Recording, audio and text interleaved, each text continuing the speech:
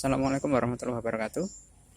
Video kali ini adalah tentang komposter di pekarangan saya. Jadi ini eh, adalah kotak ya, berukuran 1,5 kali 2 meter, panjangnya 2 meter. Ini saya gunakan untuk menimbun sampah-sampah organik yang ada di rumah saya ya. Jadi fungsinya adalah yang pertama mengurangi sampah yang harusnya kita bisa manfaatkan untuk kompos. Nah, ini khusus yang seperti itu. Jadi semua sampah organik itu saya taruh di komposter ini. Nah, untuk cara kerjanya itu karena ini cukup lebar ya, dan agar produksi atau proses pengomposannya itu selalu berjalan terus, ini saya bagi dua ya. Setengah itu untuk yang masih aktif, kita timbuni terus, tambahi terus. Nah, setengah ini untuk yang sudah non aktif, alias yang sudah kita tinggal tunggu hasilnya. Nah, untuk yang kita tambahkan di sini masih aktif itu semua macam yang sampah organik ya, mulai dari rerumputan, daun-daun di kebun, kemudian ini ada tanaman hias yang sudah saya pangkas, saya timbunkan di sini semua. Kemudian ada sampah dapur, ini ada kulit telur, ada kulit rambutan, ada sisa sayur, kemudian sisa lauk. Ini semuanya saya taruh di sini, dan tidak diatur ya layarnya apa, lapisan-lapisannya gimana, pokoknya asal ada timbun-timbun terus saja sampai kemudian nanti agak tinggi begini ya. Jadi ini ketinggian dari tanah ini sekitar 35 cm. Nah, kemudian ini masih timbunan lebih tinggi lagi sekitar 50 cm. Nah, cuman karakteristik sampah organik itu makin lama itu makin menyusut ya. Jadi gak usah khawatir sampah sudah mulai meninggi, nanti lama-lama akan menyusut. Kemudian semuanya ya, semua yang organik, dedaunan, kemudian ada tadi sayur, sisa makanan, kemudian termasuk kertas, kardus, itu semuanya saya timbunkan di sini ya. Harapannya semoga nanti bisa terurai menjadi kompos dan bisa kita manfaatkan sebagai media tanam.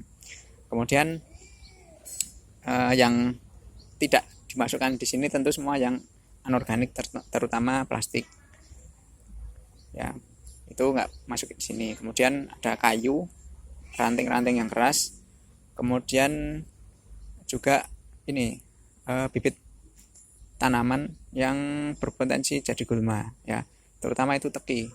Rumput teki itu saya pisahkan khusus, nggak masuk di sini karena umbinya itu nggak akan bisa busuk dan terurai. Kalau nanti jadi media tanam itu nanti akan jadi bibit teki yang baru. Nah, makanya khusus untuk cabutan teki nggak saya masukin di sini. Tapi kalau untuk cabutan rumput, misalnya saya nyabutin rumput yang di sini ya, kemudian saya mangkas pohon pisang sini, kemudian mangkas pagar segala macam, itu saya masukin di sini. Oke, kemudian kita akan buka hasil dari komposan ini. Jadi ini saya beralih nimbun ke sini sudah sekitar 2 bulan ya. Nah, ketika yang ini udah nggak saya tambahin lagi, itu saya tutup dengan plastik mulsa, karena waktu itu masih akhir musim kemarau juga ya. Dan kalaupun nggak, tutup saja untuk agar kita nggak nambahin lagi. Nah, fungsinya plastik mulsa ini adalah untuk menjaga kelembapan di dalam timbunan komposnya ini, timbunan bahan komposnya, sehingga ketika kelembapan terjaga, itu proses komposnya, pengomposannya akan lebih optimal. Kemudian dulu tingginya seberapa? Tingginya segitu ya, tingginya segini, makanya itu agak ada patoknya sih. Jadi tingginya segitu, menyusut hingga hampir separuhnya ya, separuh lebih dikit. Nah, kita akan buka ya hasilnya ketika sudah 2 bulan ini seperti apa. Ini ada beberapa sisa tanaman yang tumbuh lagi ya, karena nutupnya nggak rapet. Oke. Nah, kita akan unboxing gitu ya, unboxing hasil pengomposan selama 2 bulan itu kayak apa. Nah, untuk di pojoknya plastik mulsa ini sebaiknya dikasih bandul ya, kasih pemberat agar nggak tertiup angin, nggak kabur gitu. Nah, seperti ini hasilnya ketika sudah 2 bulanan. Nah, 2 bulanan kita tutup dengan plastik mulsa. Nah, kita lihat di sini penampakannya dulu, bahwa di dalam tumpukan ini itu yang paling dominan atau paling mencolok kelihatan itu ada ini kaki seribu ya. Kaki seribu itu senang sekali dengan timbunan sampah organik seperti ini. Di sini ini kalau kita buka juga nanti, kalau di lingkungan yang cocok, kondisi yang cocok, itu banyak sekali kaki seribunya. Kemudian juga banyak semut dan serangga-serangga kecil lainnya. Kemudian beberapa ini ada menjadi sarang semut juga. Nih. Kemudian ada juga yang tumbuh, ini Adam Hawa ini ya, yang ungu ini. Kemudian nah ini bongkaran Adam Hawa ini malah tumbuh ya. Ini sebagian sudah jadi kompos ini. Dan ini potongan zigzag ini juga belum terkompos, ini kita cacah agar lebih cepat ini ya. Kemudian ini yang daun pisang terakhir masuk ke sini, ini belum terurai juga, atau mungkin terlalu lembab ya lapisan-lapisannya. Tapi yang bawah-bawahnya sudah jadi kompos semua ya. Nah, ini ada kulit telur ya. Nah, ada di sini ada rayap juga ya. Ini ada rayap.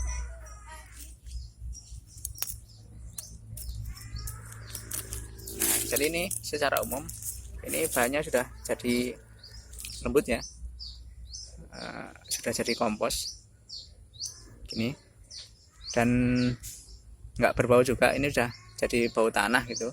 Nah, cuman kita perlu pisahkan yang belum terurai dengan yang sudah ya. Jadi ini sudah siap jadi media tanam, kita masukin ke polybag atau ke pot. Ini sudah siap ya.